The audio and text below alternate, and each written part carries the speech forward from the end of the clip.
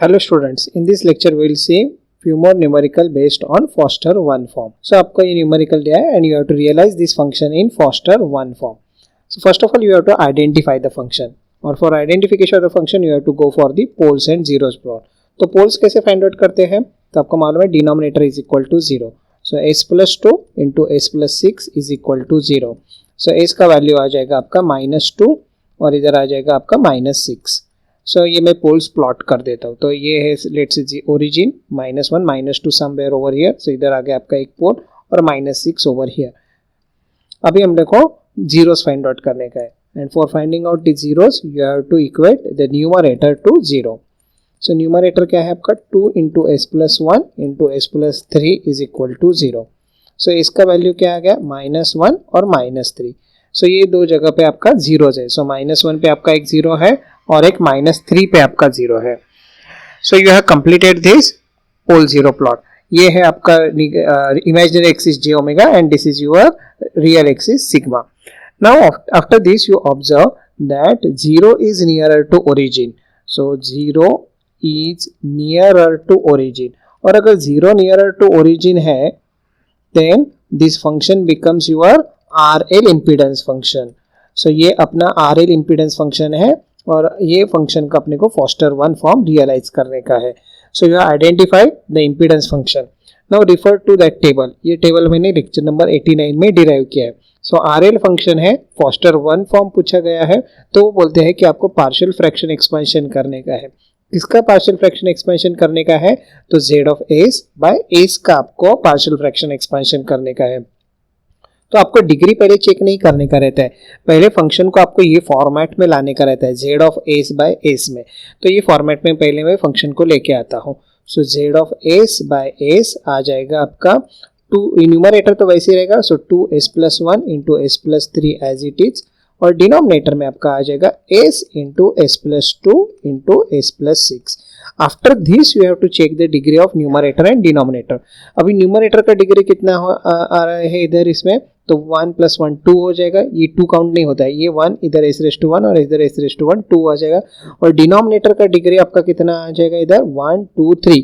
So original problem में ये numerator और डिनोमिनेटर का डिग्री सेम है लेकिन आपका फंक्शन क्या हो गया है? RL इम्पीडेंस फंक्शन हो गया है. और आपको फॉस्टर 1 तो ये टेबल बोलता है आपको z of s by s का पार्शियल फ्रैक्शन एक्सपेंशन करने का है. सो इसके लिए आप z of s by s लाइए and after this you check the degree. So अभी आपको डिवीजन की जरूरत नहीं है, you can directly proceed for partial fraction expansion. क्यों? क्योंकि न्यूमरेटर का डिग्री डिनोमिनेटर की डिग्री से कम हो गया है आफ्टर एडिंग दिस s. तो चलो हम लोग इसका पार्शियल फ्रैक्शन स्टार्ट कर देते हैं. z of s by s is equal to 2s plus 1 s plus 3 divide by s plus 2 s plus 6. और न्यूमरेटर का डिग्री डिनोमिनेटर की डिग्री से कम है सो इसको हम लोग डायरेक्टली पार्शियल फ्रैक्शन के लिए ले सकते हैं. सो ये हो जाएगा a बाय s, इधर आ जाएगा आपका b बाय s प्लस 2 और इधर आ जाएगा आपका c बाय s प्लस 6. सो इसको हम लोग सिंप्लीफाई करते हैं, बेसिकली एलसीएम ले रहा हूँ. तो ये a into s plus 2 s plus 6 हो जाएगा. b के साथ क्या मल्टीप्लाई हो जाएगा? सो b के साथ मल्टीप्लाई होगा s और s प्लस 6, ये दोनों टर्म मल्टीप्लाई हो जाते हैं. और c के साथ क्या मल्टीप्लाई हो जाएगा? s और s प्लस 2. तो ये तो सब हम लोगों ने मल्टीप्लाई कर दिया है न्यूमरेटर में. और डिनोमिनेटर आपका रहेगा s into s plus 2 s plus 6. इसके बाद क्या करने का रहता है? a b और c फाइंड आउट करने का रहता है and for that purpose will equate the numerator of these two terms and what you will gate? So left hand side हो जाएगा आपका 2s प्लस 1 s प्लस 3 और राइट हैंड साइड हो जाएगा आपका a into s plus 2 s plus 6. तो वही जो न्यूमरेटर है वो आपको इधर कॉपी और पेस्ट कर देने का है. And after this you have to substitute the particular values of s to find out a b c. So पहला हम लोग कौन सा वैल्यू सब्स्टिट्यूट कर सकते हैं? So s का इधर से आप देख सकते हैं तो 0 आप सब्स्टिट्यूट कर सकते हैं. So put s is equal to 0. ये 2 मैंने इधर ले लिया है. So ये लेफ्ट हैंड साइड हो जाएगा 2 इंटू 1 इंटू 3. आपने s को 0 सब्स्टिट्यूट कर दिया है. So ये हो जाएगा 2 इंटू 6. So a का वैल्यू आपको मिलेगा तो ये 2 और 2 कैंसिल हो जाएगा. 3 बाई 6 तो वो हो जाएगा 1 बाई 2. सो a का वैल्यू आ गया आपका हाफ. अभी आपको b का वैल्यू फाइंड आउट करने का है and for that purpose you put s is equal to -2. So left hand side हो जाएगा 2, ये हो जाएगा -1 और ये हो जाएगा +1. और इधर आ जाएगा b, ये पार्ट 0 हो जाएगा, ये भी पार्ट 0 हो जाएगा, इधर आ जाएगा -2 और इधर आ जाएगा 4। सो b का वैल्यू आपको क्या मिलेगा 1/4। और अभी आपको c का वैल्यू फाइंड आउट करने का है, and for that purpose will put s is equal to -6। So ये हो जाएगा 2, इधर आ जाएगा -5, here it will come -3 and here we will have c into -6 into -4 हो जाएगा। बराबर है, अभी तक बराबर चल रहा है। ये हो जाएगा आपका 5 is 15 30 और c इधर रहेगा 24, तो c का वैल्यू इधर आपको मिल जाएगा 30/24, that is nothing but 5/4, correct. तो ये c का वैल्यू आपको मिल गया 5/4, 6 से डिवाइड कर दिया है। तो चलो a b c हम लोग अभी ये किधर सब्स्टिट्यूट कर देते हैं, ये इसमें सब्स्टिट्यूट कर देने का रहता है। Now be careful, left hand side है आपका z of s by s, तो वो इधर आपको लिखना पड़ेगा z of s by s, और a का वैल्यू कितना आया है 1/2, सो 1/2 बाय s। b का वैल्यू आ गया है 1/4 डिवाइड बाय s प्लस 2, और c का वैल्यू आ गया इधर आपका 5/4 divide by s plus 6। Be careful, RL function है तो आपने पार्शियल फ्रैक्शन एक्सपेंशन किसका किया है, z of s by s का किया गया है। सो अभी आपको लेफ्ट हैंड साइड में खाली z ऑफ s रखने का रहता है, so will multiply this s over here, तो ये हो जाएगा half, s will get cancer, इधर हो जाएगा 1/4 s और s/4 divide by s plus 2, और इधर हो जाएगा 5s divide by 4 and divide by s plus 6। Be careful. और अभी ये z ऑफ s आ गया है, सो ये तीनों एलिमेंट्स कैसे जो है सीरीज में कनेक्टेड है। सो आप इधर से देख सकते हैं, आपको कंपोनेंट आइडेंटिफिकेशन करने का है, तो ये तो इंडिविजुअल एलिमेंट है, सो इंडिविजुअल एलिमेंट और एक कांस्टेंट है, सो ये हो जाएगा आपका रेजिस्टेंस, और रेजिस्टेंस का वैल्यू कितना आ जाएगा 1/2 ओम। अभी नेक्स्ट जो पार्ट है, दिस पार्ट इज कंपोजिट, तो आपको टेबल रिफर करना पड़ेगा। सो ये RL फंक्शन और ये फॉस्टर 1, तो इधर क्या लिखा है SR divide by S plus R by L, ये मैंने लेक्चर नंबर 89 में डिराइव किया गया है। So what you have to write down SR divide by S plus R by L, एंड आपको पॉइंट टू पॉइंट कंपैरिजन करने का, पहले न्यूमरेटर इक्वेट कीजिए। सो R का वैल्यू आपको इधर मिल जाएगा 1/4 ओम, और इधर आपको मिल जाएगा R बाय L 2 मिल जाएगा, सो L का वैल्यू क्या हो जाएगा R/2, R 1/4 है, और तो ये हो जाएगा आपका 1/8 हेनरी। अभी सिमिलरली लास्ट पार्ट के लिए आप वैल्यू कैलकुलेट कर सकते हैं। सो इधर से आपको when you equate this to you will get R is equal to 5/4 ohm, और डिनोमिनेटर का ये पार्ट इक्वेट करके आपको मिलेगा R by L is equal to 6, L is equal to R by 6, तो ये हो जाएगा R था आपका 5/4 डिवाइड बाय 6, तो ये हो जाएगा 5/24 हेनरी। सो L का वैल्यू मिल गया। अभी आपको सर्किट बनाने का, so it is quite simple. तो सर्किट कैसे बनाया जाता है इसमें, सो रेजिस्टेंस आपका 1/2 ओम का है, so you can connect it over here, ये रेजिस्टेंस आपका आ गया। अभी सब सीरीज में कनेक्टेड रहते हैं, बट अगर कंपोजिट फंक्शन आ गया तो आपके एलिमेंट्स पैरेलल में कनेक्टेड रहते हैं।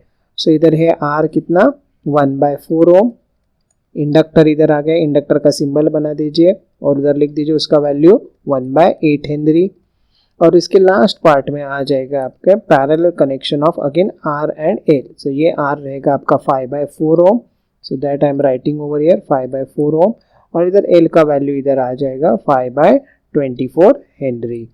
And you have completed this circuit, but make this port available over here, so इधर हम लोग Z ऑफ S लिख सकते हैं। सो ये सर्किट आपने बना दिया है। ध्यान में रखिए, कभी भी RL फंक्शन आता है और फॉस्टर 1 आपको जब भी पूछा जाता है, first of all you have to obtain Z of S by S, इसके बाद ही डिग्री चेक किया जाता है, और after that if there is a necessity that numerator का डिग्री अगर डिनोमिनेटर के डिग्री से ज़्यादा है या इक्वल टू है तो आपको डिवीजन करना पड़ेगा।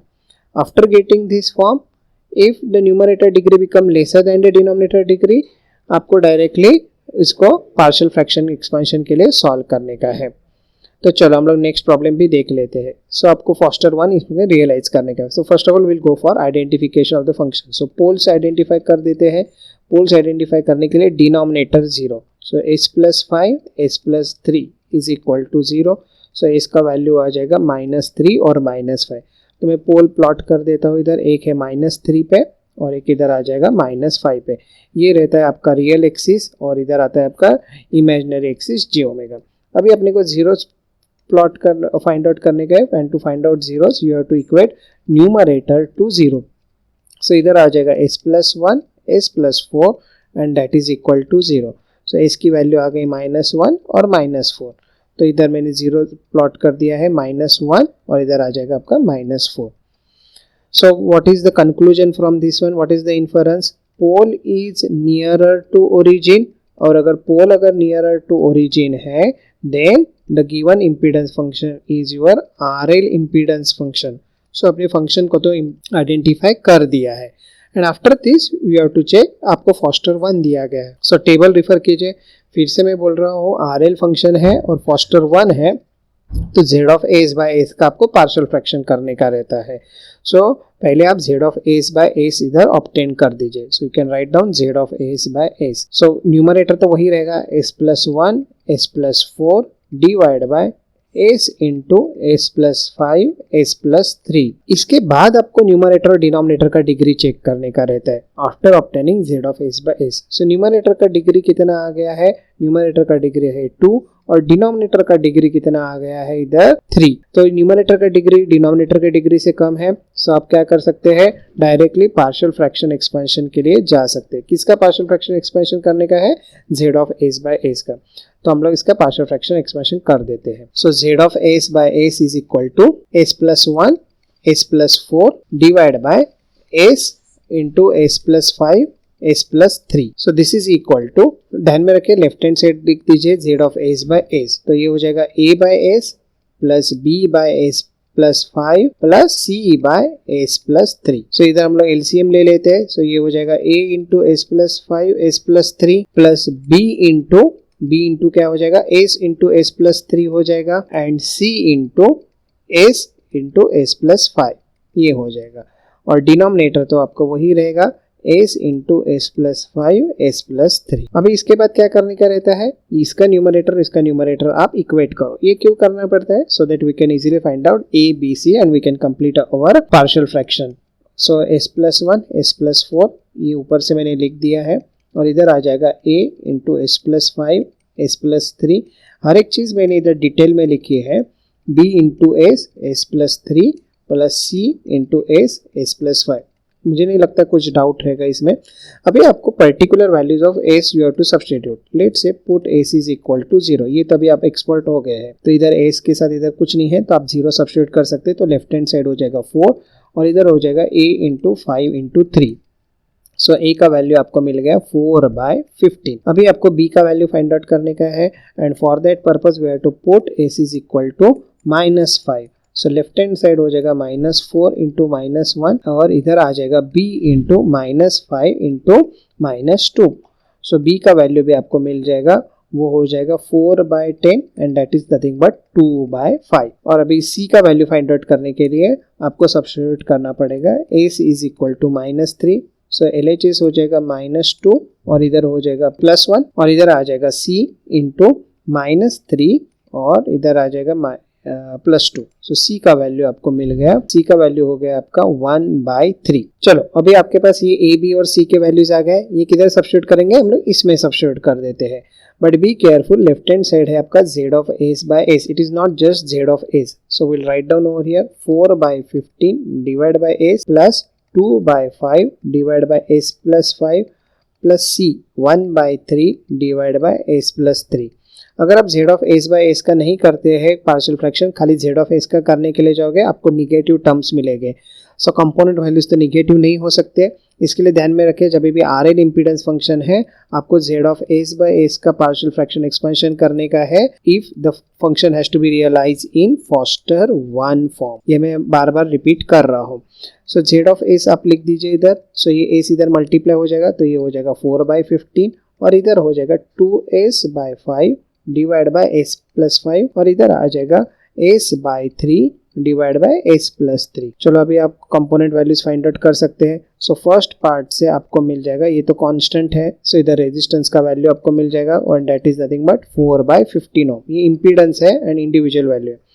And for this part you have to ये कंपोजिट पार्ट है, so you have to refer the table. So ये टेबल इधर है R A S R divide by S plus R by L. R L है और foster 1 है. ये मैंने लेक्चर नंबर 89 में डिराइव किया है. So that I am writing over here S R divide by S plus R by L. So first part में जब भी आप इक्वेट करोगे तो आर का वैल्यू मिलेगा आपको 2/5 ओम और आर बाय एल का वैल्यू होगा आपका 5. सो एल आपको मिल जाएगा that is nothing but R by 5. So ये हो जाएगा 2/25 हेनरी. इधर 2/5 डिवाइड बाय 5 2/25 हेनरी हो जाएगा.